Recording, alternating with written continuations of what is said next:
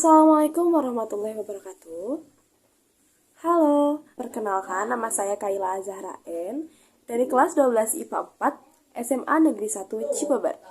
Kali ini saya akan mempresentasikan laporan kegiatan pengamatan katabolisme fermentasi alkohol dalam rangka pemenuhan tugas mata pelajaran biologi oleh Ibu Yuyu Yulia, SPD. Tahu belum sih kalau tapai, minuman beralkohol seperti vodka, bir, anggur, bahan bakar etanol, dan juga dalam mengembangkan adonan roti adalah beberapa hal yang dalam pembuatannya menggunakan fermentasi alkohol.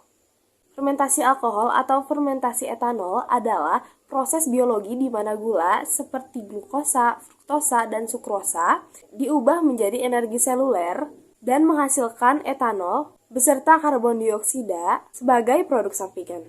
Fermentasi alkohol ini digolongkan sebagai respirasi anaerob sebab dalam prosesnya fermentasi alkohol tidak membutuhkan oksigen loh. Salah satu pelaku dari fermentasi alkohol ini adalah Saccharomyces cerevisiae dengan substratnya yaitu gula. Untuk melihat bagaimana pengaruh suhu pada fermentasi alkohol, saya akan menggunakan air hangat, air dingin, dan air biasa atau air suhu ruangan sebagai acuannya atau sebagai patokannya. Dalam pelaksanaannya, hal ini membutuhkan alat dan bahan diantaranya 3 buah botol plastik, 3 buah balon, sendok, ragi, gula pasir ya, air biasa atau air suhu ruangan, air dingin, dan air hangat. Cara kerjanya yaitu yang pertama siapkan alat dan bahan, kemudian berikan label biasa, hangat atau panas, dan dingin pada masing-masing botol. Setelah itu masukkan air suhu biasa atau air suhu ruangan ke dalam botol, lalu masukkan juga air dingin pada botol dengan label dingin. Masukkan air hangat pada botol dengan label panas atau hangat.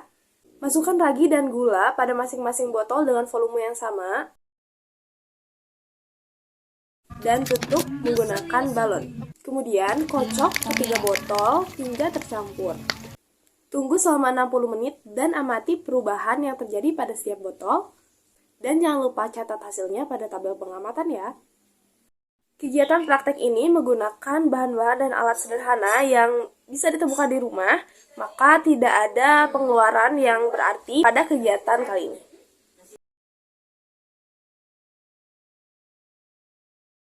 Setelah 60 menit, ternyata ada beberapa hal yang mengalami perubahan. Yang pertama yaitu balon yang mengembang. Hasilnya dapat dilihat pada diagram batang di sebelah kiri ya. Balon-balon ini dapat mengembang karena sejatinya fermentasi alkohol itu menghasilkan karbon dioksida. Jadi, balon pada botol air panas adalah balon yang gas karbon dioksidanya paling banyak.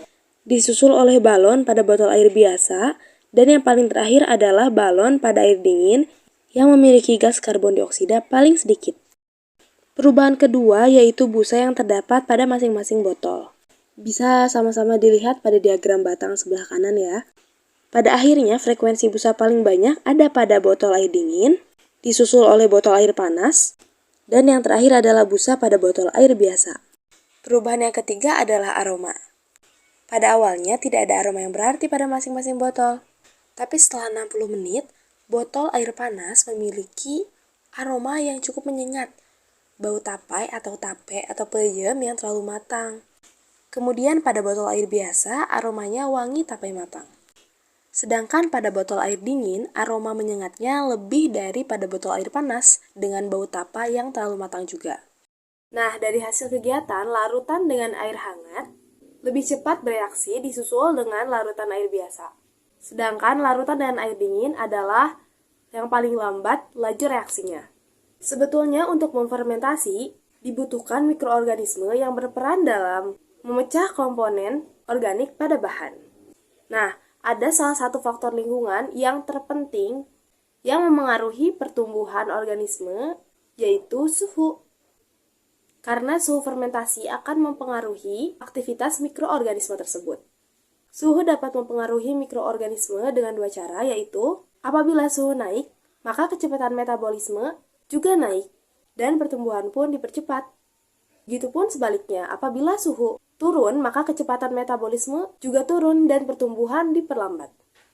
Nah, selama proses fermentasi, Mikroorganisme juga memproduksi enzim untuk menghidrolisis substrat menjadi komponen sederhana, yang selanjutnya akan mengubahnya jadi etanol.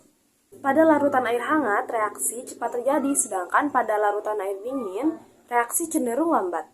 Peristiwa ini tentunya tidak lepas dari pengaruh enzim yang dihasilkan oleh mikroorganisme itu sendiri. Sebab suhu memengaruhi aktivitas enzim yang merupakan biokatalisator. Pada suhu rendah, aktivitas enzim kecil karena tumbukan antar partikel yang rendah. Sedangkan dengan adanya peningkatan suhu, reaksi enzim yang dikatalisis akan meningkat pula.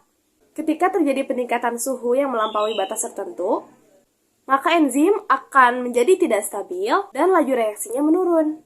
Kemudian dalam fermentasi alkohol, ketika ragi bercampur dengan gula, campuran tersebut menghasilkan gas karbon dioksida. Gas yang dihasilkan ini memenuhi isi botol plastik dan otomatis memenuhi balon karet yang menutupi botol plastik tersebut. Oleh karena itu, balon dapat mengembang karena ragi sendiri menghasilkan gas karbon dioksida.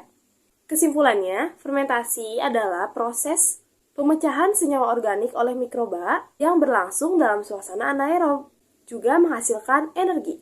Berdasarkan hasil pengamatan, suhu juga mempengaruhi laju fermentasi karena pertumbuhan mikroba yang dipengaruhi oleh suhu lingkungan fermentasi juga.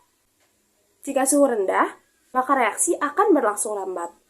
Namun jika suhu dinaikkan, maka laju reaksi akan lebih cepat, sampai batas optimum. Glukosa pada fermentasi alkohol akan dirombak menjadi alkohol dan karbon dioksida. Sekian yang dapat saya sampaikan. Terima kasih atas perhatian dan waktunya. Wassalamualaikum warahmatullahi wabarakatuh. Sampai jumpa di video selanjutnya.